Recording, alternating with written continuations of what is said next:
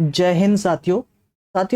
एडु अमृत IAS PCS के इस मंच पर आपका स्वागत है। और एनसीईआरटी क्लास 6 साइंस की हमने आपके साथ इस पूरी सीरीज को चलाया है और इसी कड़ी में आज चैप्टर नंबर 11 जो लाइट, शैडो और रिफ्लेक्शन की बात करता है उस पे हमारी पूरी चर्चा जो है वो टिकी रहेगी। साथियों, आप अपने आसपास को देखो, आप बहुत सारी चीजों को एनालाइज कर पाओगे।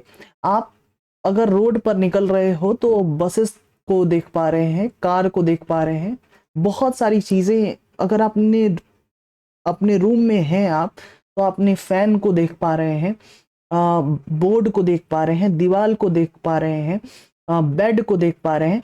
तो आप बहुत सारी चीजों को देख रहे हैं। लेकिन सोचो, आप एक ऐसे समय कि आपके रूम की जो है वो लाइट चली जाए, यानी कि आपका रूम एकदम कंप्लीटली डार्क हो जाए। क्या आप आपके रूम में रखी किसी भी चीज को देखने में समर्थ हो पाएंगे?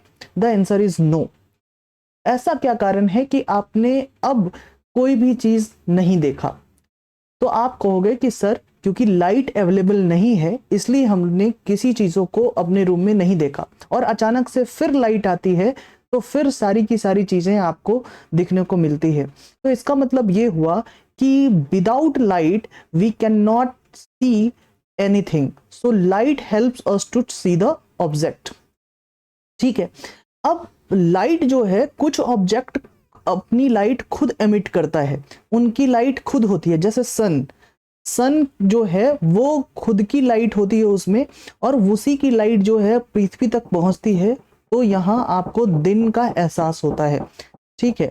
तो जो ऑब्जेक्ट अपनी लाइट खुद एमिट करता है उसको लुमिनियस ऑब्जेक्ट कहते हैं। ऑब्जेक्ट दैट गिव्स अस और limit emit light of their own, मतलब अपनी लाइट जिसकी हो उसको क्या कहेंगे? Luminous object. ठीक है।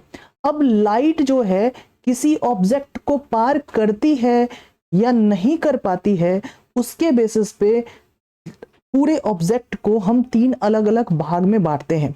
अगर किसी ऑब्जेक्ट के थ्रू लाइट पास नहीं कर पाती है तो उसको ओपेक ऑब्जेक्ट कहते हैं, यानी अपारदर्शी। ठीक है। और अगर किसी ऑब्जेक्ट से जो है लाइट पास कर जाती है, कोई ऑब्जेक्ट अपने से लाइट पास करने को अलाउ करता है, तो उसको कहेंगे ट्रांसपेरेंट ऑब्जेक्ट है। ठीक है।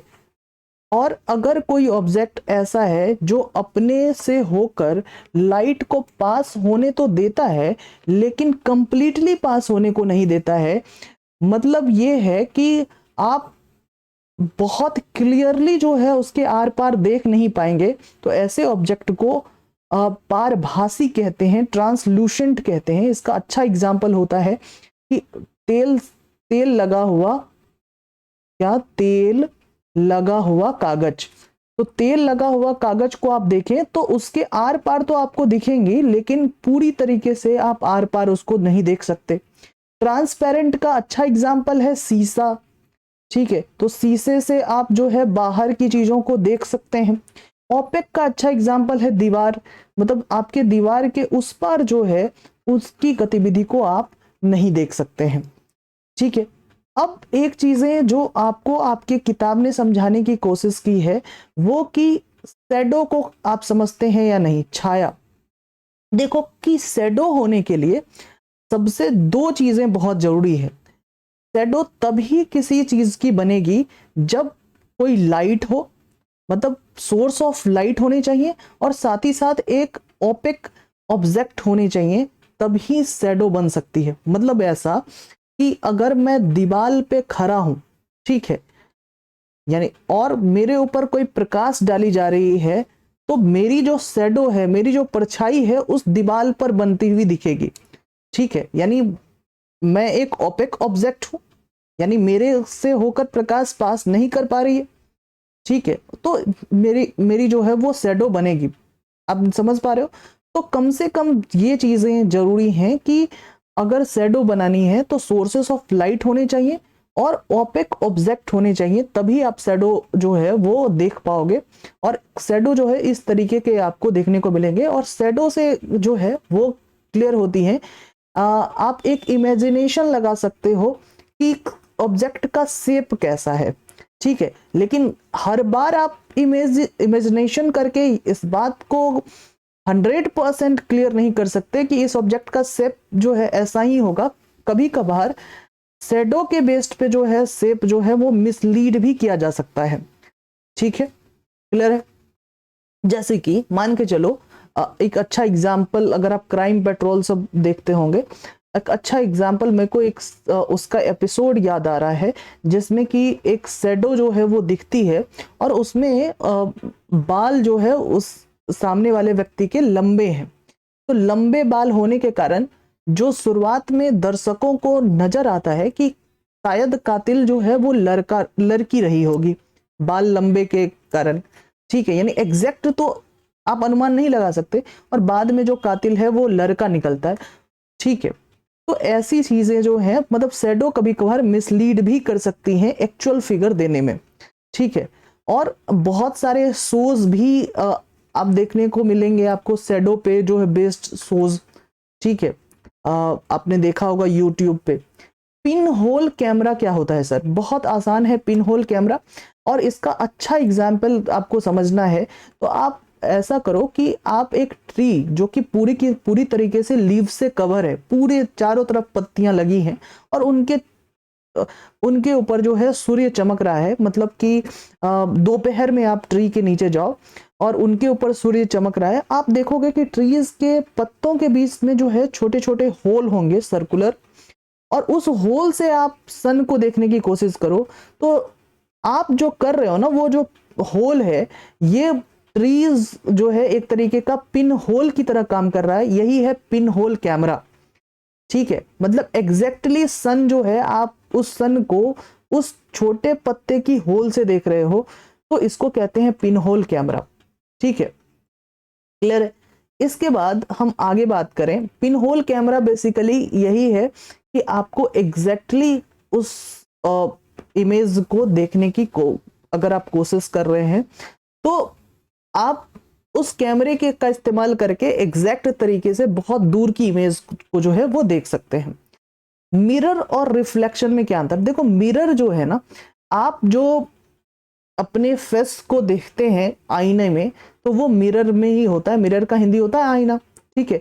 और आईना में जो आप फेस देखते हैं ना, वो कुछ और नहीं, वो रिफ्लेक्शन है आपके इमेज का मिरर में, ठीक है।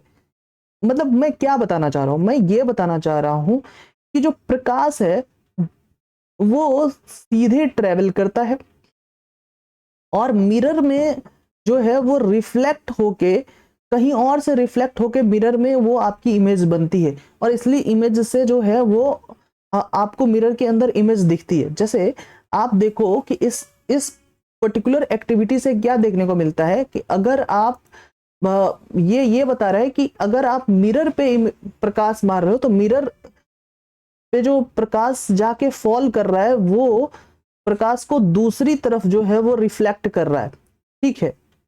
यानी प्रकाश एक सीधी डायरेक्शन में फ्लो होती है, और इस जो मिरर है वो प्रकाश को रिफ्लेक्ट भी करती है, ठीक है। एक दूसरी एक्टिविटी आपको ये बताई गई है जिससे आप ये जान सकते हैं कि प्रकाश जो है वो सीधी गति में चलती है। प्रकाश मतलब light always travel in a straight line, ठीक है, and getting reflected by mirror, clear है। और मिरर में इमेज बनने का कारण ही यही है क्योंकि उसके अंदर जो है रिफ्लेक्शन होता है, ठीक है। आपको बाद में आगे की कक्षाओं में पता चलेगा कि रिफ्लेक्शन से कैसे इमेज बनता है। इमेज जो है ना बेसिकली वो रिफ्लेक्शन ही है। अगर आप रिफ्लेक्शन को इमेज कहना चाहें तो आप कह सकते हैं। तो इस तरीके से साथियों हमने क्या किया है कि कुछ जो टेक्निकल टर्म्स हैं उसको जो है वो जान लिया, जैसे कि लुमिनियस की बात आपसे कर ली गई है, ठीक है। मतलब वैसे ऑब्जेक्ट जो अपने लाइट को खुद इमिट करता हो उसको लुमिनियस कहेंगे। मिरर के बारे में हमने जान लिया है, इसके अंदर जो है हम अपनी इमेज को देख पाते हैं। ऐसे ऑब्जेक्ट जो लाइट को पास होने ना दे उसको ओपेक कहते हैं। पिन होल कैमरा आपको बताते समय हमने ये बताया कि ट्रीज का एग्जाम्पल जो पूरे के पूरे पत्तों से कवर है और उन पत्तों के बीच से जो है उस छोटे पिन होल से आप जब किसी ऑब्जेक्ट को देखते हो, यानी हमारे केस में जब हम सन को देख रहे थे तो वो एक कैमरा के रूप में काम कर रहा था। रिफ्लेक्शन से हमने आपको ये बताया कि इससे इमेज बनती है, आगे की कक्षाओं में पढ़ेंगे।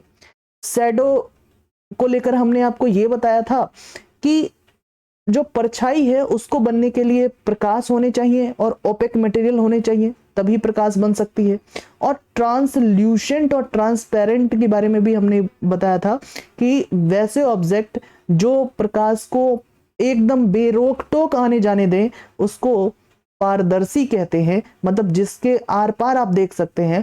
और ऐसे ऑब्जेक्ट जिनके आर पार तो आप देख सकते हैं लेकिन क्लियरली नहीं देख सकते हैं उसको ट्रांसलूसेंट कहते हैं। और इसमें मैंने आपको तेल से लगा हुआ कागज का एग्जाम्पल दिया था।